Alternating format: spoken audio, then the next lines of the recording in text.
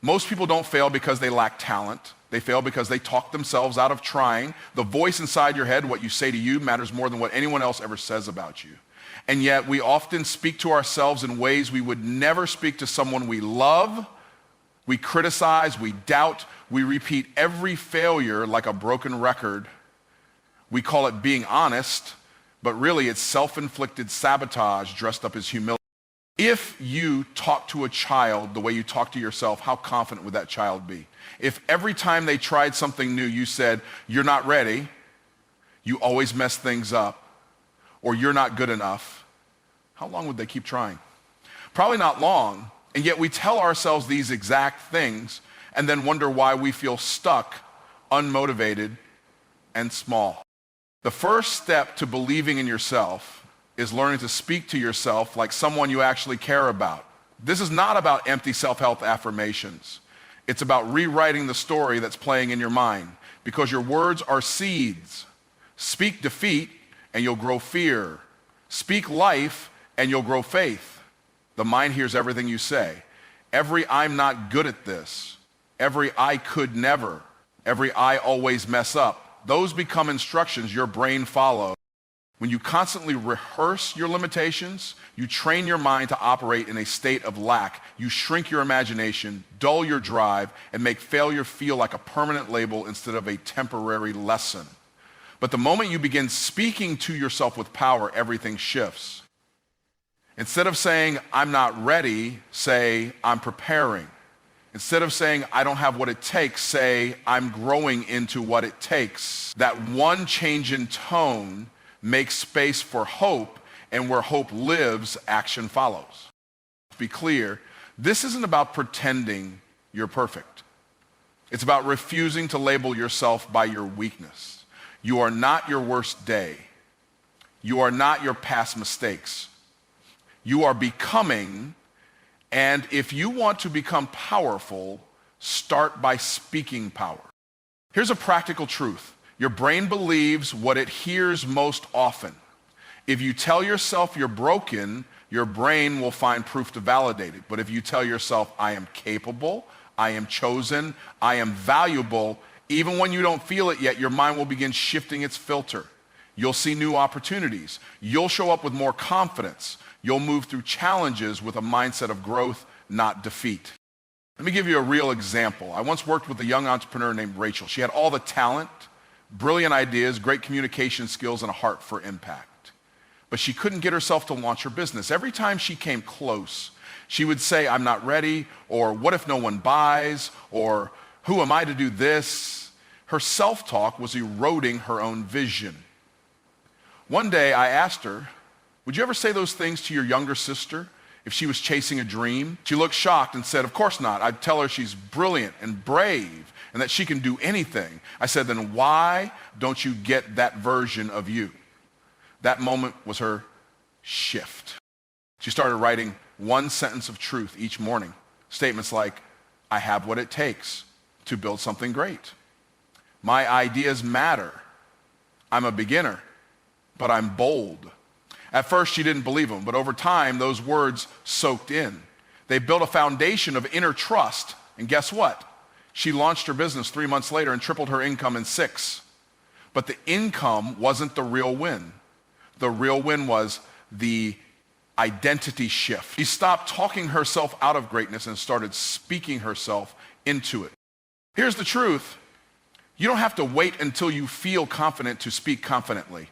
Confidence is not a requirement, it's a result. A result of consistent, empowering language over time. So today, I challenge you to listen to your inner dialogue. Would you say those things to your best friend? Would you say them to your child? If not, it's time to rewrite the script. Because how you talk to yourself is how you shape your future. Speak life, speak truth, speak power, not because you've arrived, but because you're on the way. And greatness follows the one who dares to believe it's already within them. One of the greatest reasons people never achieve the life they desire is simple. They don't actually know what they want. They talk about success in vague, wishy-washy language. They say, I just want to be successful, or I want to make a lot of money, or I want to be happy. But here's the truth. Clarity creates confidence, and confusion kills it. If you can't define it, you can't pursue it. You can't hit a target you haven't even taken time to see. That's why the first major step in believing in yourself and achieving something meaningful is to get radically clear on what you want, and more importantly, why you want it. When your vision is unclear, you hesitate, you second guess, you procrastinate, and you wonder why nothing is moving in your life. It's because you haven't taken the time to sit down, remove the noise, and articulate a specific dream. You haven't said, this is what I'm building, and this is why it matters. The mind can't engage with fog, but when your purpose is sharp and focused, your spirit aligns behind it. Your brain starts solving problems for that vision. You begin moving in alignment with what you truly desire. Let me make it plain. Stop saying, I want to be rich. What does that mean? Do you want financial freedom? Do you want to be able to take care of your parents?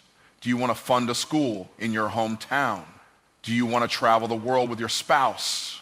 What does rich actually mean to you? Until you define it, your belief will never lock in.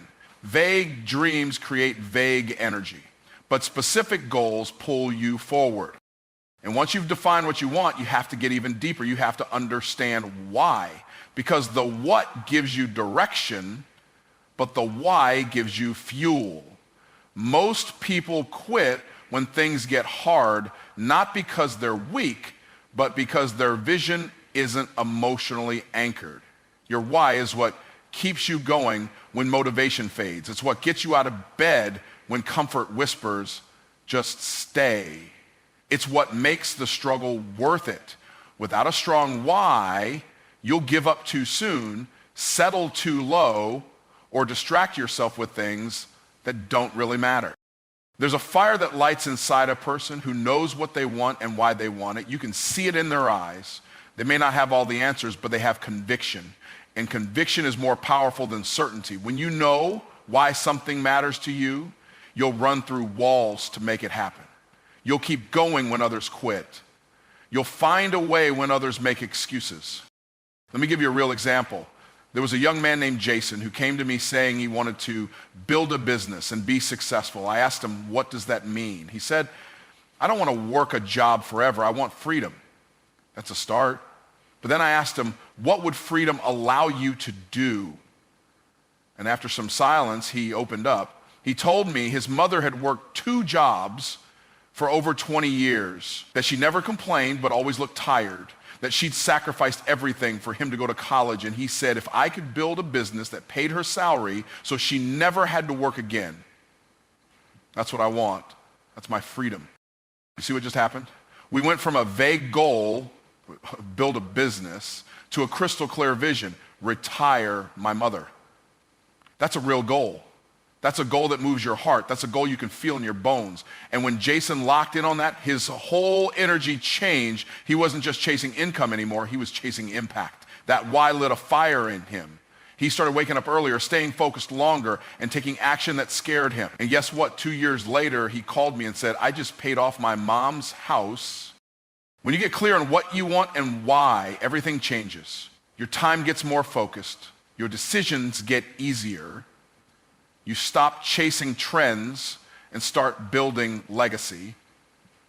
And most of all, your belief in yourself starts to rise. Because now you're no longer wandering, you're walking with direction. So ask yourself today, what's the cool thing I actually want? Not the surface answer, but the real one. What do I want to create, contribute, or experience? And then ask the deeper question, why does that matter to me? What's at stake if I don't do this? Who will it impact if I succeed? When your dream connects to your heart, your belief begins to expand. And once you believe deeply, you'll act boldly. Stop being vague with your life. Define it, declare it, then move like it's already yours. Because clarity breeds confidence, and confident people change the world. One of the most dangerous lies we believe is that we have to feel ready before we start. That readiness is some emotional signal, some magical moment of certainty where everything lines up and we finally feel confident enough to move. But life doesn't work like that. And success never waits on feelings. In fact, the people who do the most extraordinary things in life often begin with shaky hands and a pounding heart. They don't feel ready, they just move anyway. They step out in faith. They make the call. They apply for the opportunity. They launch the idea, not because they're fearless, but because they've learned that action creates belief, not the other way around. We're taught to believe that confidence is a requirement for taking action. But the truth is, confidence is a result of taking action. You don't wait to feel strong to go to the gym. You go to the gym to get strong. In the same way, you don't wait to feel bold to take the first step. You take the first step, and boldness begins to build. Each step you take, even if it's small, stacks belief inside you. That's how belief grows. That's how momentum begins. When you hesitate, when you delay, when you tell yourself you're not quite ready, what you're really doing is feeding fear. Every day you wait, fear grows stronger. It builds a case against your potential. It whispers lies. You'll fail. You'll look stupid. It's not the right time. But fear has no real power unless you let it speak louder than your purpose.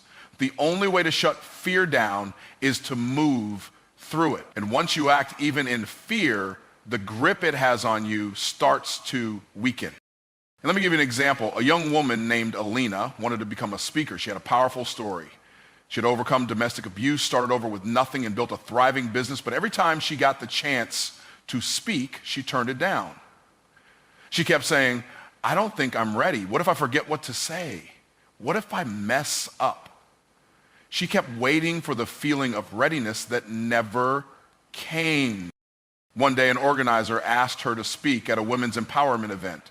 She was about to decline again, but this time, instead of backing away, she decided to lean in. She said yes.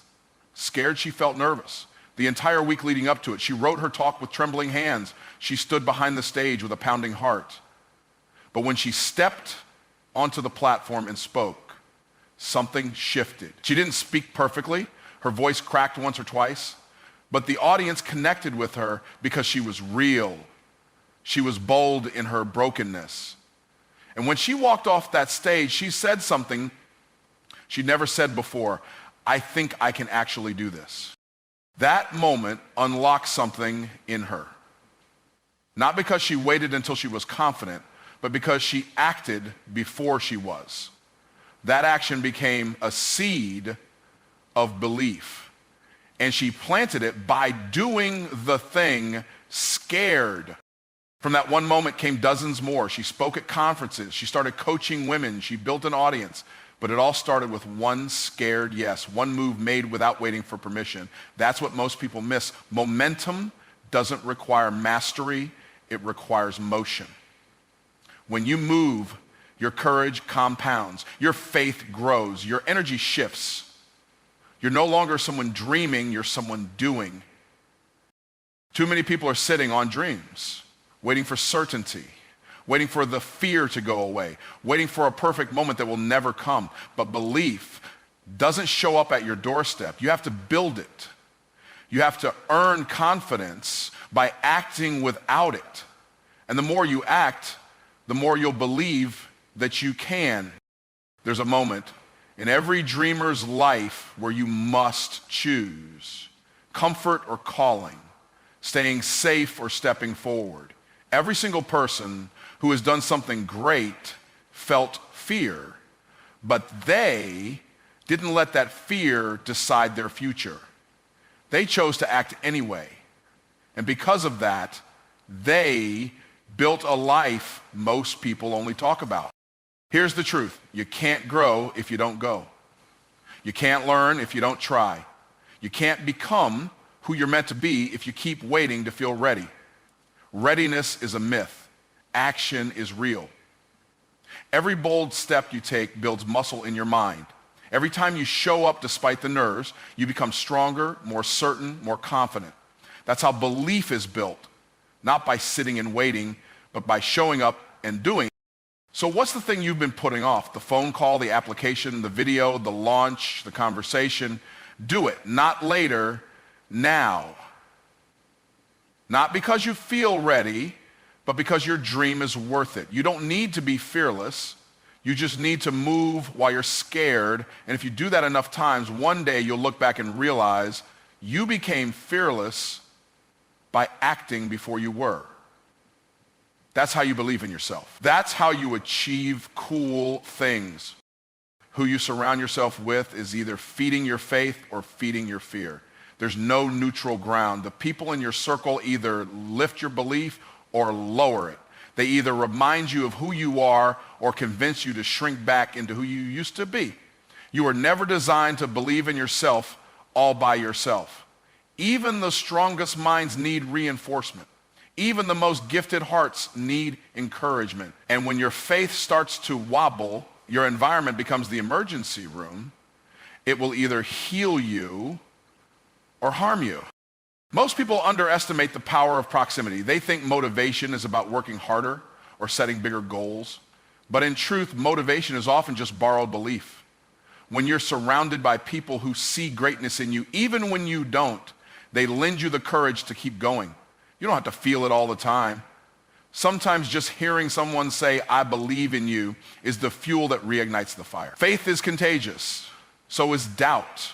And if you're constantly around people who question your vision, mock your progress, or drag your energy down with negativity, you're swimming upstream every day.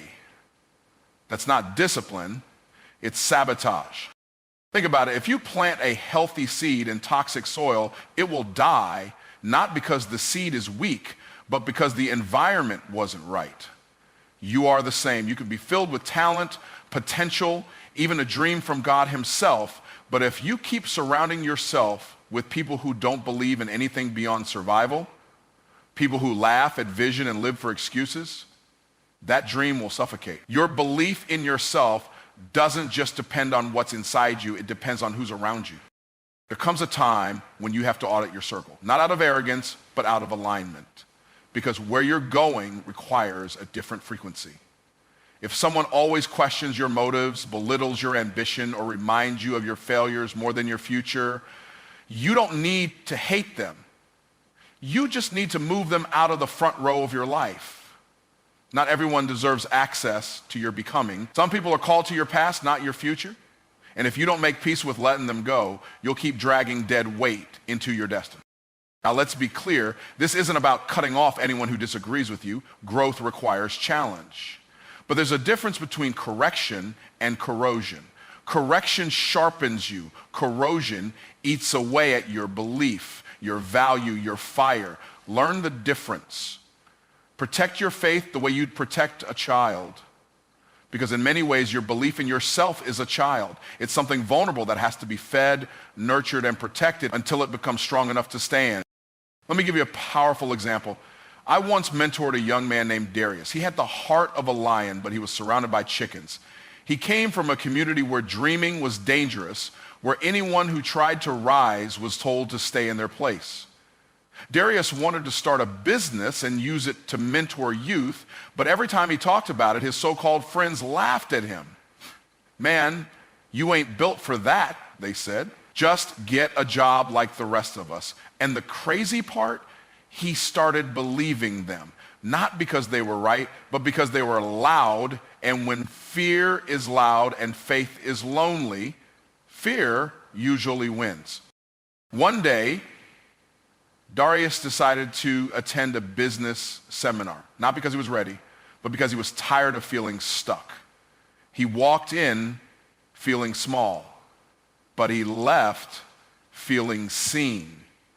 For the first time, he heard people talk about vision, legacy, wealth, and purpose like it was normal. He met people who encouraged him, challenged him, prayed with him, and